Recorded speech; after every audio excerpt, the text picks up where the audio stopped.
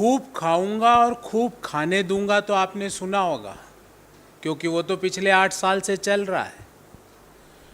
पर खूब खाऊंगा और मरने दूंगा, ये एक नया भारतीय जनता पार्टी का स्लोगन है। और इस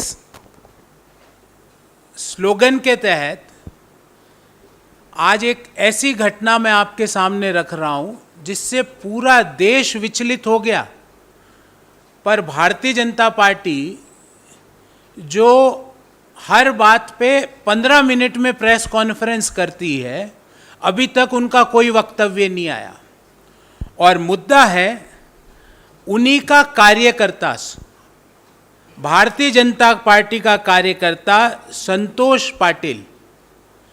उसने फांसी का फंदा लगाने से पूर्व एक डाइंग डिक्लेरेशन दिया है, जिसे भारत के कोर्ट भी, क्योंकि मृत्यु के समय हमारे धर्म में भी और हमारे न्यायालय में भी जो लिखा जाता है उसको सत्य माना जाता है। संतोष पाटिल जो कि बीजेपी का कार्यकर्ता है, वो क्या लिखता है, मैं वो आपको पहले हिंदी में सुनाता हूं क्योंकि वो कन्नड़ में लिखा गया है। Shri KS. Eshwarappa, minister rural development, मेरी मृत्यु के प्रत्यक्ष जिम्मेवार है। ये पहला वाक्य है। एक भारतीय जनता पार्टी का कार्यकर्ता कह रहा है कि जो कर्नाटक में मंत्री है श्री के.एस. ईश्वरप्पा, जो कि ग्रामीण विकास और पंचायती राज के मंत्री हैं, वो मेरी मृत्यु के प्रत्यक्ष रूप से, सीधे रूप से जिम्मेवार है। तो पहला तो सीधा जिम्मेवारी। उन्हें मैक्सिमम पनिशमेंट देना चाहिए, ये दूसरा वाक्य है उस डाइंग डिक्लेरेशन का। ये निर्णय मैं अपने जीवन की सारी एस्पिरेशंस को खत्म करके आज कर रहा हूं, ये तीसरा वाक्य है। मैं सरकार, वो संतोष पाटिल जो भाजपा के कार्यकर्ता है, जो 40% कमीशन से ग्रसित हो गए थे, वो लिखते हैं कि मैं भारत के प्रधानमंत्री, कर्नाटक के मुख्यमंत्री और हमारे लिंगायत सीनियर लीडर श्री येदियुरप्पा से आग्रह करता हूं कि मेरे बच्चों का और मेरी पत्नी का ध्यान रखें। मैं हाथ जोड़ के सबसे विनती करता हूं, सारे मीडिया के दोस्तों से विनती करता हूं कि जो संतोष और प्रशांत मेरे साथ यहां ट्रिप में आए थे, वो मेरी मृत्यु के बिल्कुल भी दोषी नहीं है। मेरी मृत्यु के सीधे तौर पे दोषी K S. Eshwarappa, minister rural development and Panchayati Raj है। अब इससे ज्यादा प्रत्यक्ष प्रमाण भाजपा का स्वयं का वर्कर उनके स्वयं के मंत्री के ऊपर सीधा ये आरोप लगा रहा है कि वह इस 40% कमीशन की सरकार, 40% कमीशन, जो सुबह से शाम तक सिर्फ 40% कमीशन की बात सोचती है, उस 40% कमीशन की सरकार के कारण उसने हंसते हंसते फांसी का फंदे पे वो लटक गया।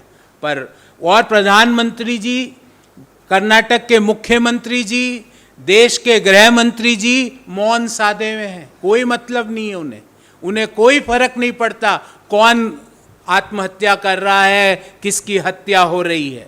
इसलिए हमारी मांग है कि जो ये डाइंग डिक्लेरेशन होता है, जिसको धर्म के आधार पे भी, नीति के आधार पे भी और न्याय के आधार पे भी जिसे सत्य माना जाता है, उसे सत्य मान के अभी तक के.एस. ईश्वरप्पा गिरफ्तार क्यों नहीं हुए?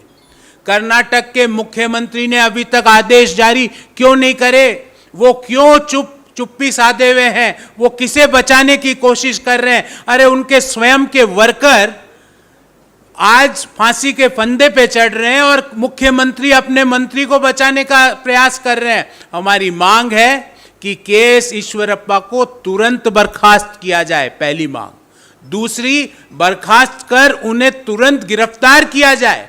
जो व्यक्ति कमीशन और घूसखोरी के मामलों के कारण कॉन्ट्रैक्टर, और ये जो संतोष जी पाटिल हैं, ये छोटे कॉन्ट्रैक्टर हैं, ये क्यों इस निर्णय तक पहुंचे? क्योंकि 40% कमीशन दे दे के वो अपने जीवन से थक चुके थे।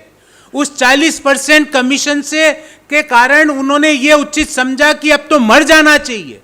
और कर्नाटक के मुख्यमंत्री चुप्पी साधे हुए हैं, वो अभी तक ईश्वरप्पा को बर्खास्त कर गिरफ्तार क्यों नहीं कर रहे? तो हमारी पहली मांग है कि कर्नाटक के मुख्यमंत्री ईश्वरप्पा को बर्खास्त कर उन्हें तुरंत गिरफ्तार करें। हमारी दूसरी मांग है कि कर्नाटक के अभी कुछ दिनों पूर्व ही कर्नाटक के कॉन्ट्रैक्टर्स एसोसिएशन के प्रेसिडेंट ने सार्वजनिक रूप से कहा था कि यह कर्नाटक की सरकार 40%, आज तक आपने सुना होगा कि 36% लाके आदमी पास होता है, ये 40%, इन्होंने 36 नहीं, ये 40 पे गए क्योंकि इनके पासिंग मार्क्स भी टफ है।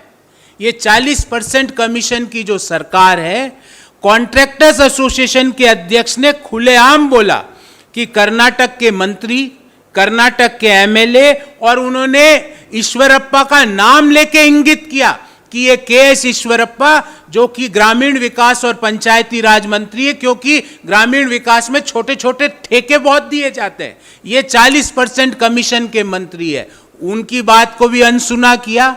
आज उन्हीं का स्वयं कार्यकर्ता ने आत्महत्या करी, अभी तक कोई भी उस पर एक्शन नहीं लिया गया।